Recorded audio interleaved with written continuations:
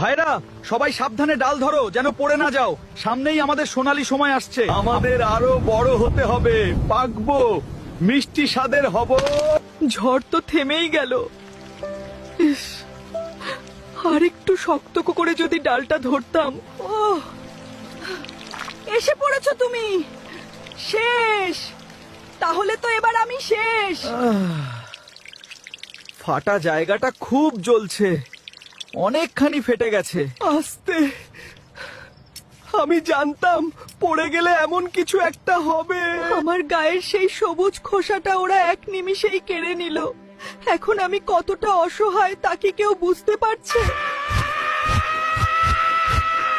তোমার কাছে এই কাসুন্দি টেস্টি, কিন্তু আমার কাছে কাটা ঘায়ে নুনের ছিটা। ইচ্ছা ছিল বড় হয়ে পেকে গাছে দোল খাবো, অথচ পরিস্থিতি আমাকে ভর্তা বানিয়ে দিল।